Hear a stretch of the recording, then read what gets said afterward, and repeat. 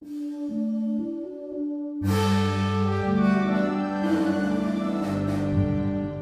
the Communication Arts Center in Stevens Point, Wisconsin, this is UWSP News Team.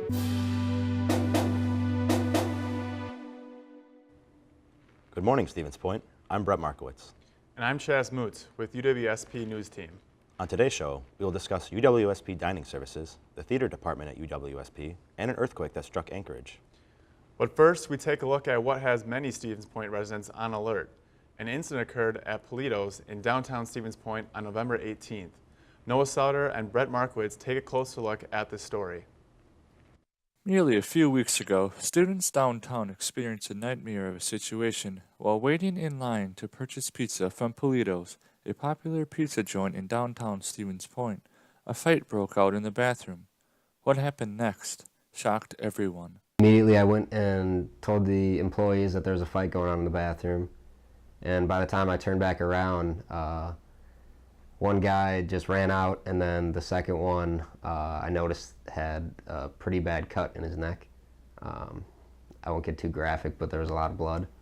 The lead suspect, who is not a UWSP student, has, at this time, been apprehended by police. The two victims, who are also not students, are in stable condition. But despite the recent scare, students say they have yet to have too much cause for concern. I would say like the following weekend or even the following day, probably people were pretty alert, but I feel like over time it'll kind of dissipate and it won't be there anymore. Because neither of the people that got stabbed that night were from Point, like at least UWSP students, and like the person who was charged with it wasn't either. So I think that helps. Hopefully people just try to avoid confrontation as much as they can. It's not really worth it, especially what happened.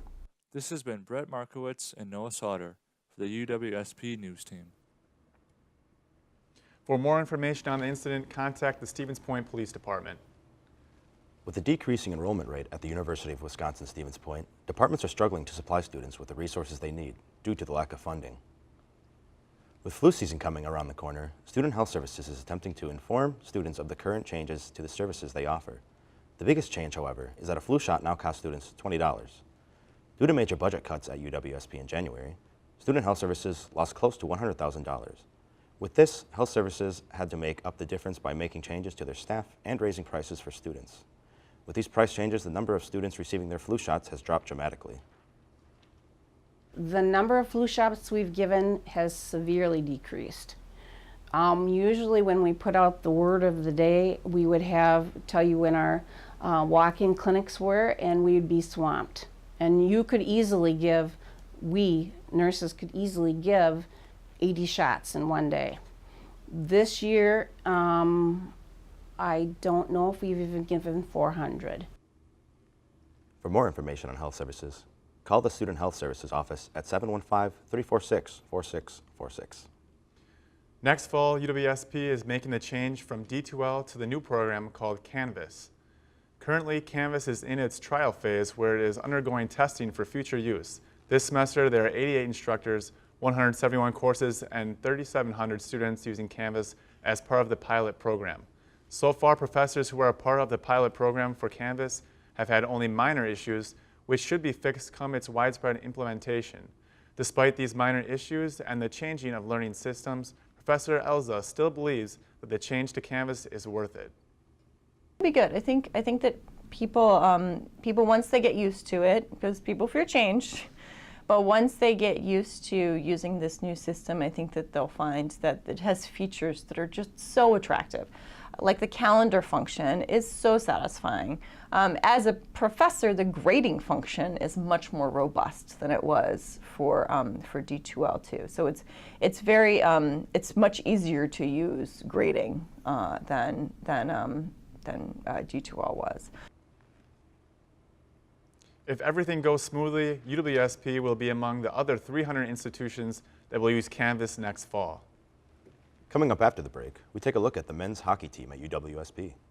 And how UWSP residents got in the holiday spirit during the holiday parade. We'll be right back.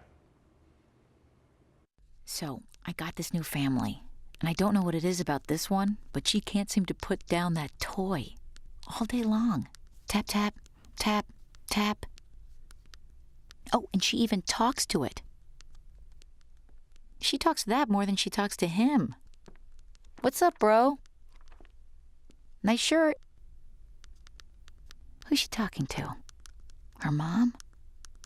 She talks to her mom a lot.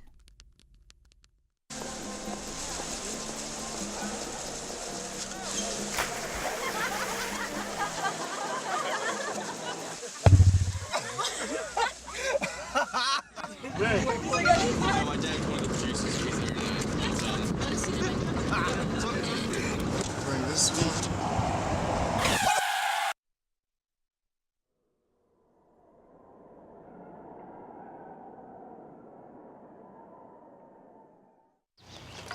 You know what, guys? There's a lot of tree branches and dry brush over here. We should probably move the bonfire over there.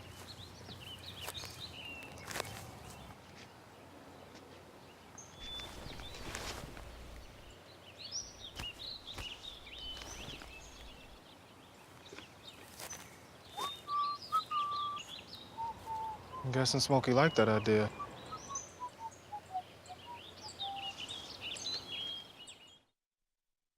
I grew up in the housing projects of Cleveland. I didn't even know that life could be any better than it was. Education for me has been a way to get away from the agony of what was normal life. I want to be able to impact the community, not just look back on where I came from, but to reach back to where I came from and pull some people up with me. My name is David, and I am your dividend. Welcome back, Stevens Point.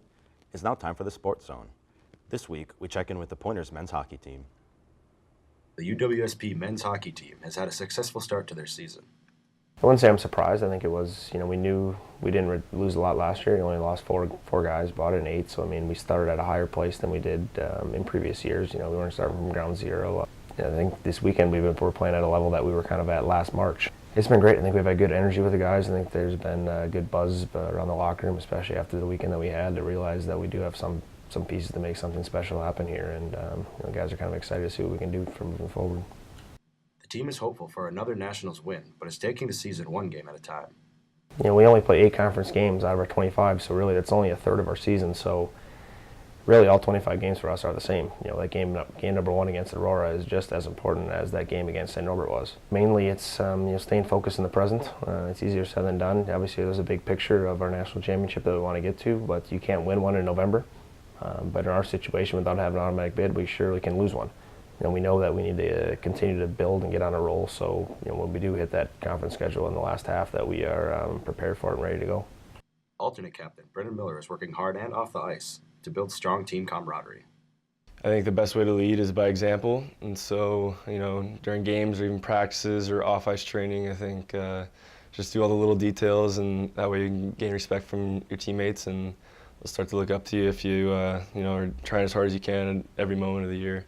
Veteran teammate Ryan Bittner told us about the importance of giving 100% at practices and building off of each other. In practice, basically, just make sure everybody's doing their job and doing it to the best of their ability. Our coach always says, if you didn't make the lineup this week, next week's practice is your game, every practice. So we always try to build on, playing harder in practice than we could possibly play in a game, and putting ourselves into situations that are too difficult to maybe get into in a game, but you're never going to be surprised by it. Both Bittner and Miller feel that the team has what it takes to have a successful season and make a deep run in the WIAC tournament. Just keep paying attention to little details like we have been, and keep increasing our game as the season goes on. We can't get complacent. We got to keep being hungry and stay hungry for the whole year, and like I said, just keep doing the little details right, and then everything else will follow. We need to continue sticking to our strategies and our game plan, and then believing in each other and keep pushing each other through practices, and then staying even keel through the games, not getting too high or too low. This is the Sports Zone with the UWSP News Team. The Pointers are currently 10-0-2 on the season, which included wins this past weekend over UW River Falls and UW Superior. In November, the Portage County Library hosted a special presentation by Jim Rice and his written works on the history of the Green Bay Packers. Rice, originally from New York, has lived in Wisconsin since the 1970s and was converted to a Packers fan when he attended Marquette University. After college, he worked as a teacher and always had a strong interest in the history of the organization. When the Packers won the Super Bowl in 2010, it revived his interest in their history and inspired him to write a book on it. Since 2011, he has written 4 different books on the Packers' history, including topics on their championships and the rivalry with the Chicago Bears. He enjoys his finished products, but putting together all there's necessary information and written about is less than exciting. It's exciting to hear about and watch, but to actually put down all the facts and making sure they're right can get a little tedious. And especially with the number of games I'm doing now with all of the Packer games. But everything's right online, so I guess it's beholden on an author to make that effort, considering how easy it is, as opposed to going to libraries, so everything's right at your fingertips. Rice enjoys connecting with folks in person and online. You can contact him at his website, packercentury.com. Have you noticed the renovation happening at the Bow Residence Center? Well, it has caused a change in dining this year. With the renovation of the DeBow Residence Center occurring this school year, it created a few challenges for dining and summer conferences to deal with. But the biggest challenge of all for dining and summer conferences is to satisfy the student customer without having an all-you-can-eat buffet option. Dining and summer conferences has adjusted hours and added staff to some locations to accommodate the increase of attendance at specific locations, primarily the DUC food court. However, Rachel Ellis, a student operations manager at Dining and Summer Conferences, believes that the DeBow renovation has affected the quality of food that is being offered to students. This school year, dining on campus is a little bit different compared to previous years for students. With the renovation of the DeBow Residence Center occurring this school year, it has created a few challenges for dining and summer conferences to deal with. Suzette Conley, the director of Dining and Summer Conferences, believes that food quality has not been one of those challenges. No, I don't feel the food quality has changed at all from going to DeBow to here. Again, we focus on no MSG, we focus on local as much as we can. Of our 29 food vendors, 16 of them are what we consider to be local or within a 250-mile radius. However, Rachel Ellis, a student operations manager at Dining Summer Conferences, believes that the increased attendance at the DSU food court has affected the quality of food that is being offered to students. We have more options for certain stations, but at the same time, because of the fact that we have so many more customers coming in than what we're used to, we have to kind of cut back on some areas. So for some stations, our quality of food has changed a bit. We've had to take some options back that we had in previous years, just for the sake of getting customers in and getting customers out. Due to the limited amount of food options, many students like Sadie Kaler want more variety because students are getting bored eating the same thing every day. I guess just more options. That'd be nice. Yeah, and definitely more like, I don't know, vegetarian or vegan options. They have them, but yeah, if they're limited and like the same every time, less vegetarian and vegan people want to eat there. Despite the challenges associated with the DeBow renovation and how it has affected food options and food quality, Dining and Summer Conferences will continue to try to satisfy the student customer. This is Joseph Hipsch and Mario Sotomayor, UWSP News Team. The DeBow Residence Center reopens in the fall of 2019. Coming up after the break, we take a look at how Stevens Point residents got into the spirit at the holiday parade and what the theater department has coming up in spring. We'll be right back.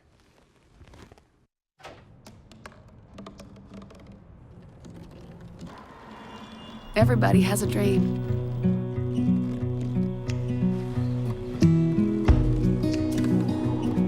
Mine was to see the ocean. And with a little help, I made it.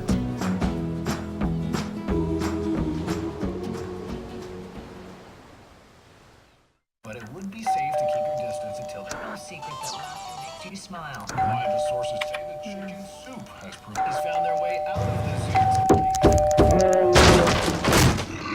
Dangerous, but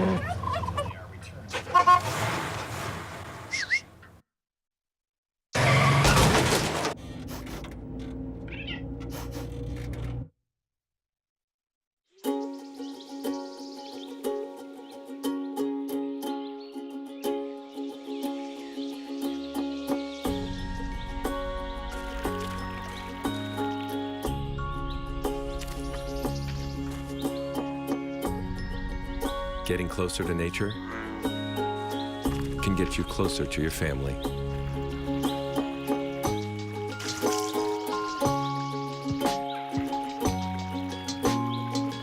Go to discovertheforest.org.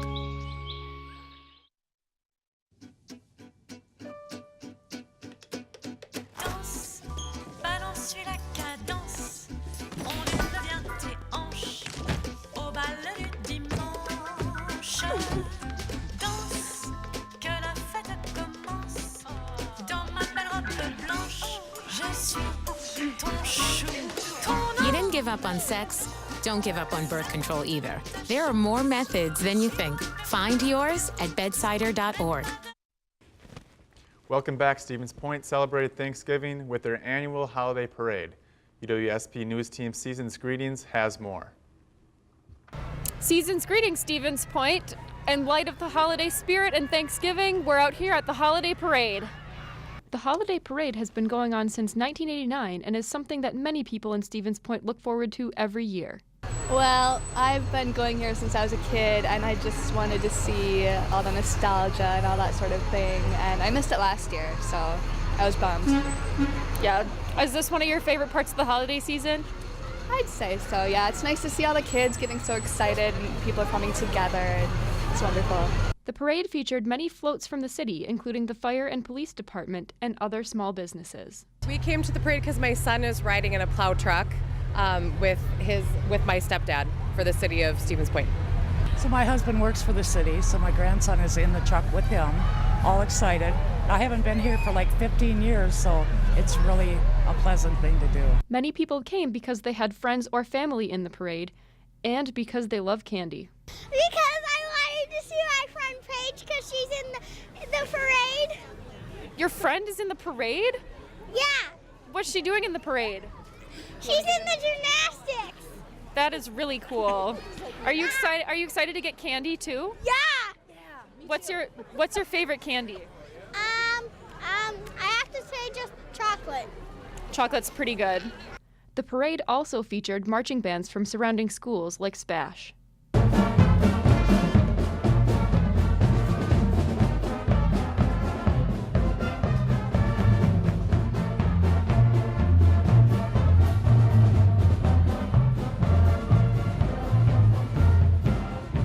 Wishing you a happy Thanksgiving. This has been UWSP News Team Season's Greetings.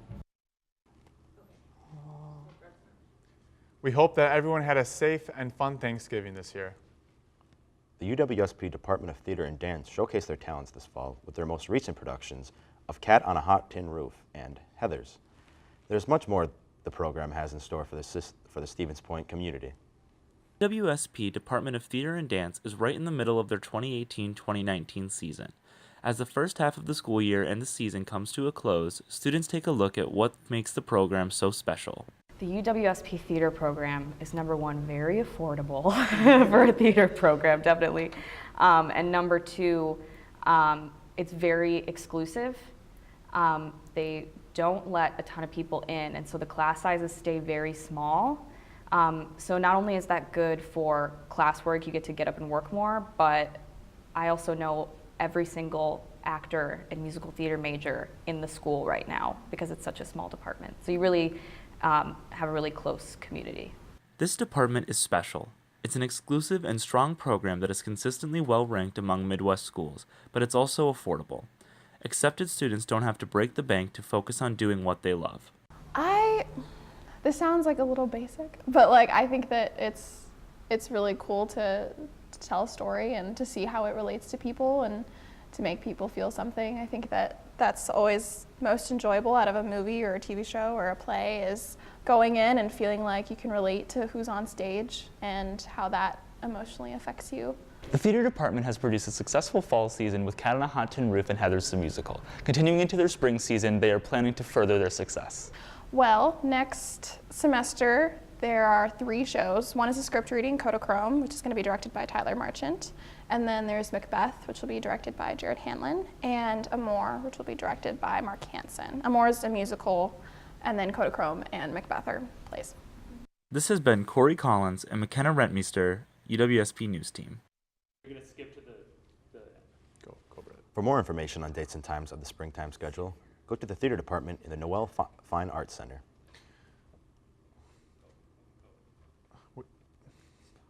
Well, right now, coming up after the break, we take a look at what is happening in national news. We'll be right back.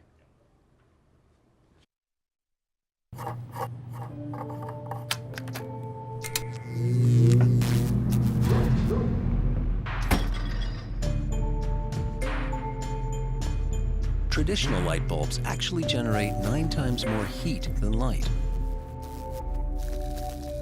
Switch to Energy Star light bulbs, and you'll realize just how much cash you were really burning through. Saving energy saves you money. Learn more at EnergySavers.gov.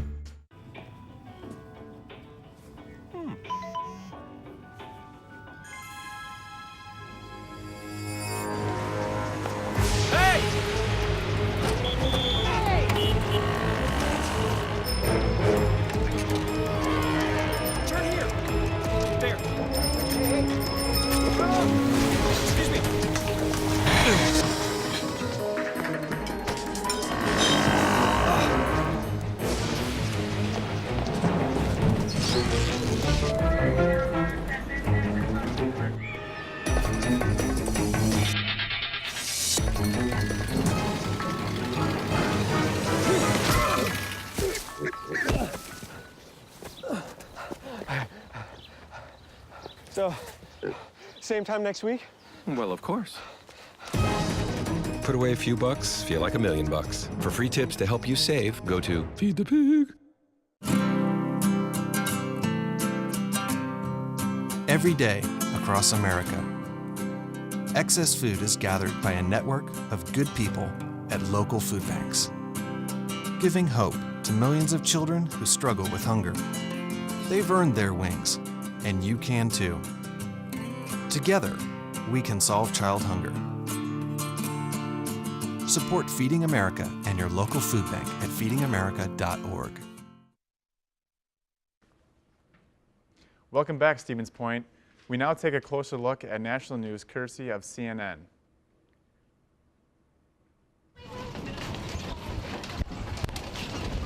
Frightening images of chaos and confusion continue to pour out of Anchorage, Alaska tonight. It was absolutely terrifying. A massive 7.0 earthquake rocked the city Friday morning, sending people scurrying for cover in their homes, at school, and work. Holy smoke.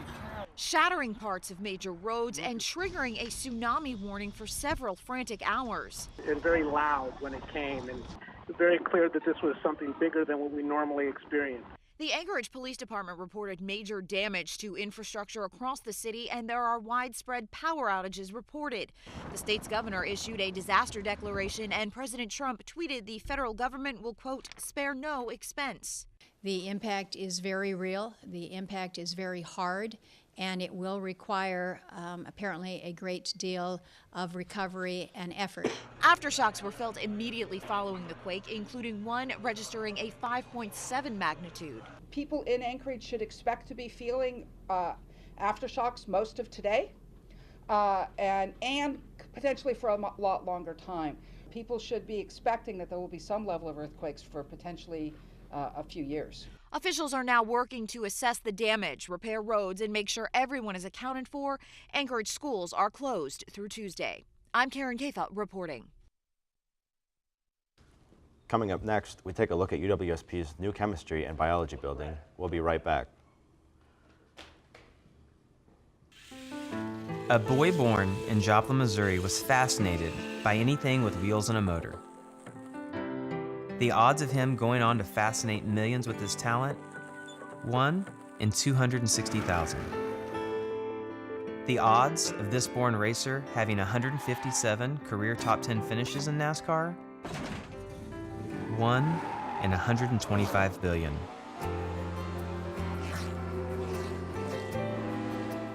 The odds of him winning both the Daytona 500 and the Brickyard 400 in the same year? 1 in 195 million.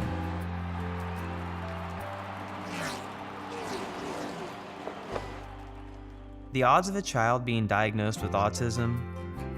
1 in 88. I'm NASCAR driver Jamie McMurray, and my niece has autism. Learn more at autismspeaks.org/signs.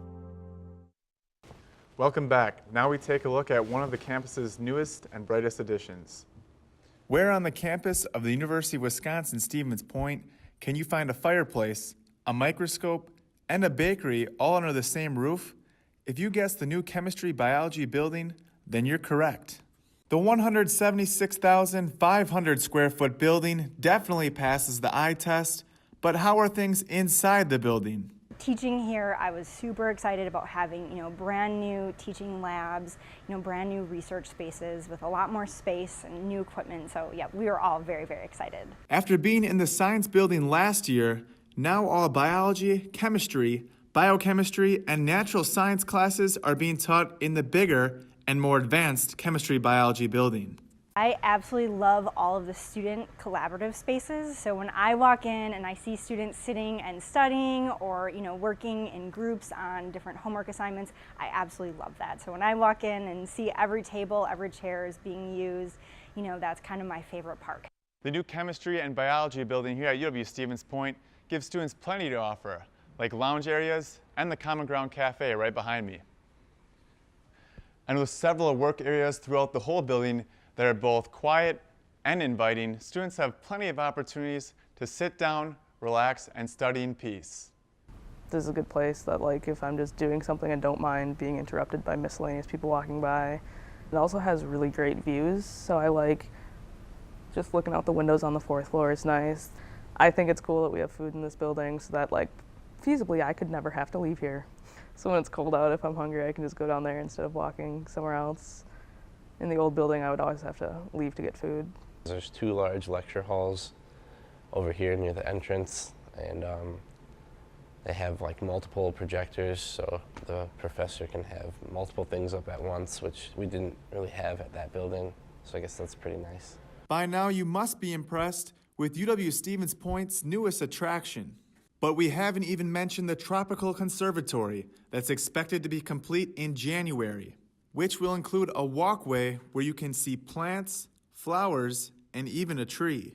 With so many great features, the Chemistry Biology building provides current UW-Stevens Point students with many opportunities for learning, and you can bet it's one of the top attractions for possible incoming students. I've met with a lot of prospective students this semester already that I give them a tour of the building and they are just looking at it in awe. So we're really, really excited, and we're hoping that this will be a huge recruitment tool to attract some of these biology, biochemistry, and chemistry students to UWSP. Reporting in Stevens Point, Chaz Moots and Cannon Van Handel, UW-Stevens Point News Team. Be sure to stop in for some quiet study time to get a delicious snack or just see what the new building has to offer. Boy, that building sure looks like it's got a lot of modern tech in it. Yeah, it's really, really nice, and it's nice that there's open area and a lot of places to study, and it's really a great addition to the UWSP. That's all the time we have for today's show. Thank you for joining us this morning. I'm Chaz Moots. I'm Brett Markowitz. For the UWSP News Team, have a great morning.